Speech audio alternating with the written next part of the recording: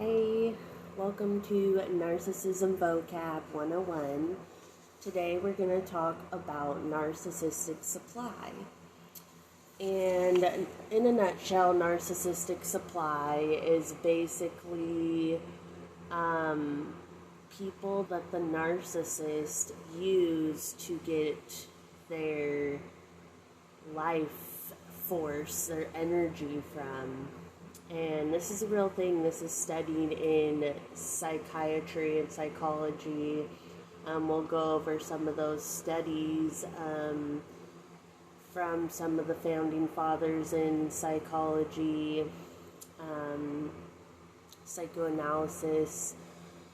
And so when you hear the term like energy vampire, this is often used to describe a toxic person like a narcissist because they feed off others' emotions and their attention to basically to live their life. They depend on other people, so they're very codependent. But they are satisfied making others codependent on them. So that's why often in a narcissistic relationship you'll have two codependent people, and it'll go round and round in circles and back and forth because usually they have a hard time leaving each other. The narcissist doesn't want to lose their narcissistic supply.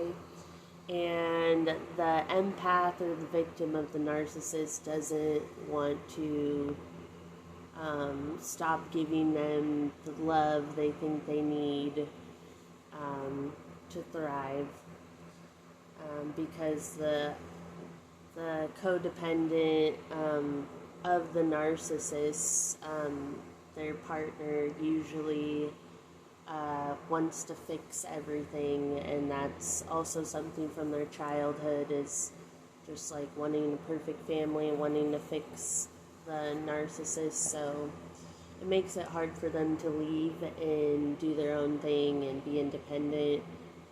They usually have to be fixing someone or helping someone. They always play the counselor or the helper. A lot of times enabler. They tolerate manipulation and emotional abuse, sometimes physical abuse. So the definition of narcissistic supply, it says in psychoanalytic theory, narcissist supply is a pathological excessive need for attention or admiration from codependents, or such a need in the orally fixated that does not take into account the feelings, opinions, or preferences of other people. So they need attention excessively, they need admiration, so they need people to like them to survive, and they don't care about the other person's feelings. They just want to do anything they can to get that supply.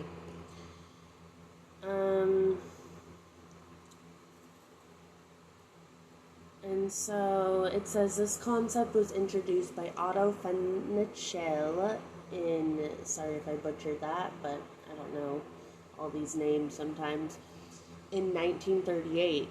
So this was termed narcissistic supply, to describe a type of admiration, interpersonal support, or sustenance drawn by an individual from his or her environment, essential to their self-esteem. So they get, it's like a battery, you know, when you have to charge your battery on your phone, your battery's getting low.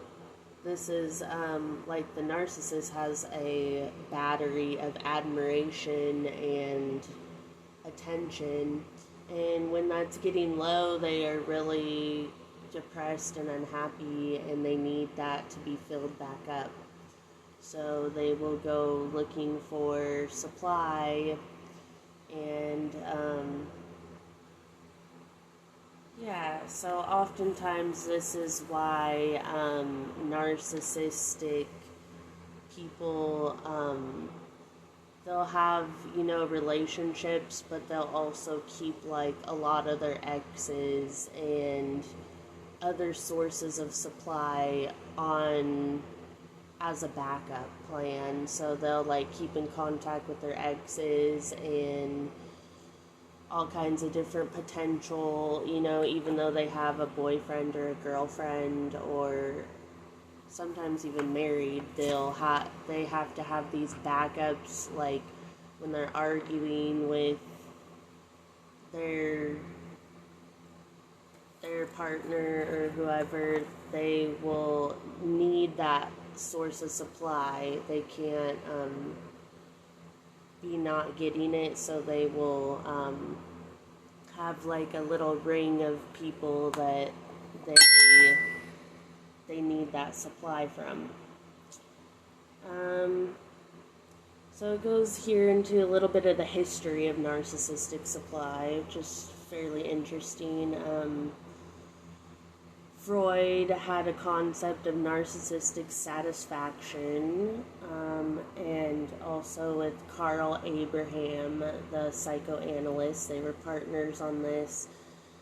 And that Otto Fenichel, who discovered this in 1938, he highlighted that narcissistic need in early development for supply enabled young children to maintain a sense of mental balance.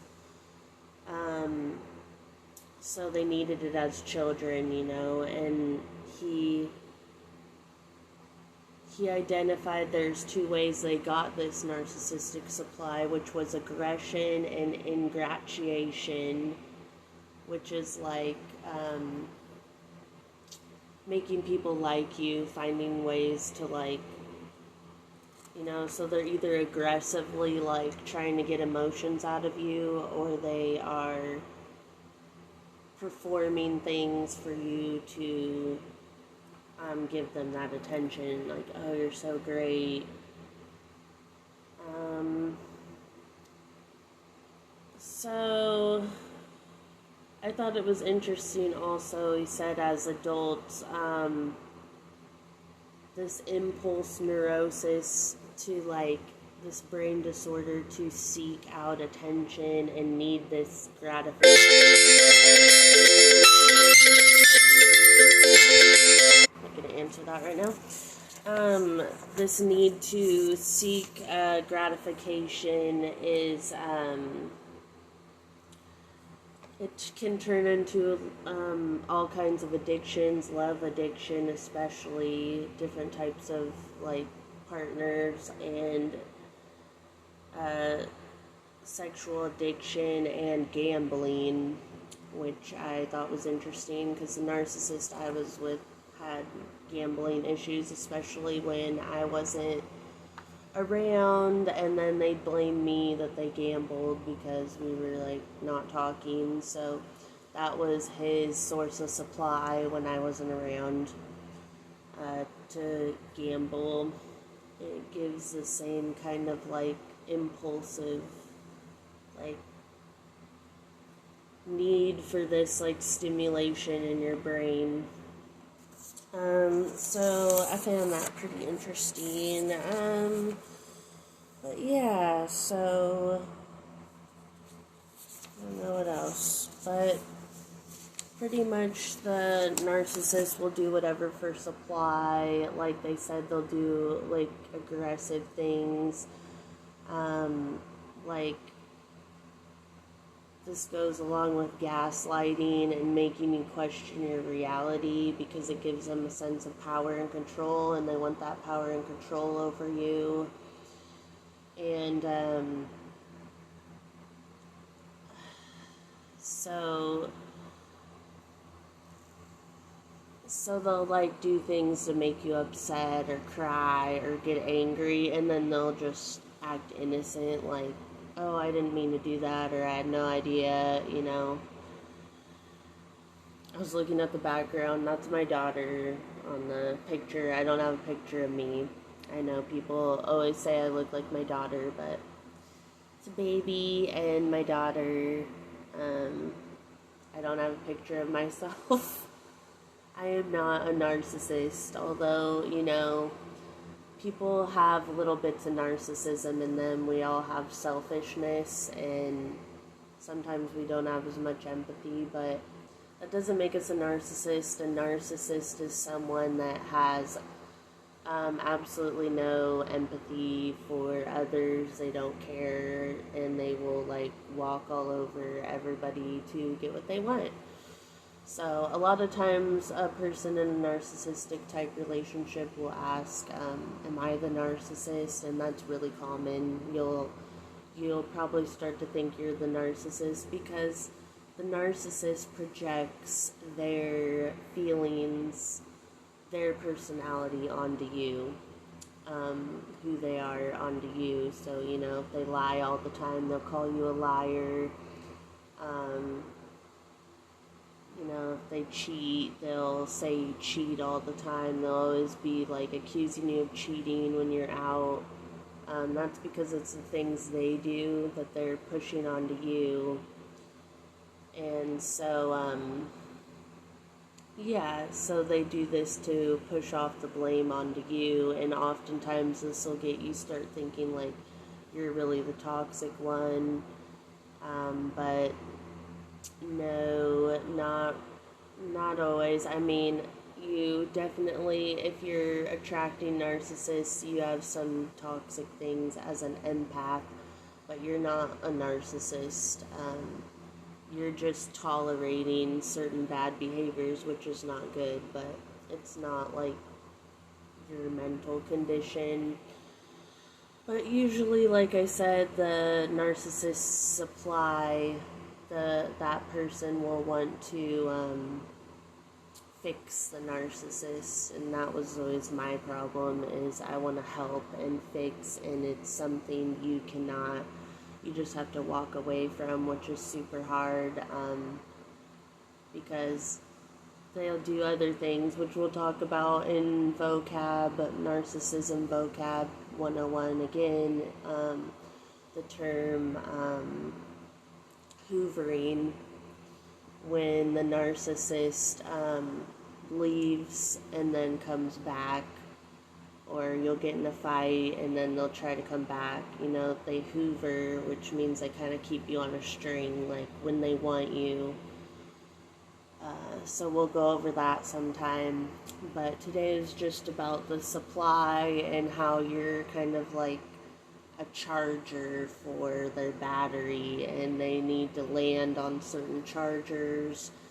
And probably when you guys are in a bad argument or you're not talking, they're looking for another charger, whether it's a friend or family or another relationship type person, someone to sleep with, to give them that narcissistic charge. And like it says, it's really an illness, a mental condition, and they need that supply. I was also reading just a lot about the childhood, which was, it was really interesting that it kind of comes from when they're a child and their parent is like, it says they internalize a bad parent, or like the person around them the most. They'll internalize that person and think that they're bad, and this kind of becomes their self-image, that they're immoral and corrupt, and they start acting like that. So it's really a strange pathological condition, which helped me to understand it more, because I just think they're assholes, but they really did have a lot of childhood trauma, and it causes them to internalize that bad parent that like didn't care or never gave them attention, or things like that, and that's how they see their self-worth. So That's why they need that constant admiration from a relationship or, someone else close to them so that they can feel okay, which, you gotta be confident in yourself and love yourself, and when you don't, this kind of pathology can happen, and you rely on things and become codependent on others to make you happy. So this is why they project an image of their false self onto others, because they need to be seen as powerful, elegant, smart, wealthy, well-connected, any of these types of great things. And if they're not seen like that, they'll usually get rid of the source of supply because they're not a good supply. So they'll keep people around them that give them their battery charge that they need. And if they're not getting their battery charge, then they're going to push you away. So this can happen after some time. They either get bored of you and you're not a good supply anymore because they're bored, or you become fed up with their attitude and give them a lot of negativity they don't really want to deal with, and so they'll discard you. Another narcissism vocab word, discard, which is usually what happens over some time or a very short time, depending on if you're a good source of supply to that narcissist. But yeah, it just says the attention they receive from the supply is essential to the narcissist's survival. Without it, they will die, physically or metaphorically, because their fragile ego depends on it to handle their unstable self-esteem. So yeah. So that's all about narcissistic supply, and thank you very much for listening and learning with me. I'm still learning things too, and I cut off my narcissist. It's been a couple years. My family of narcissists I cut off a couple years ago. Boyfriend, it's been a while, 6 years.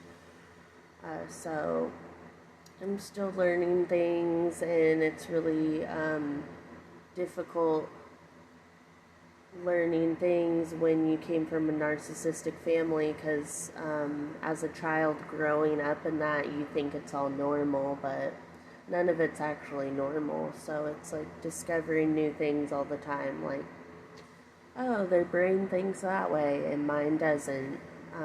That's not right.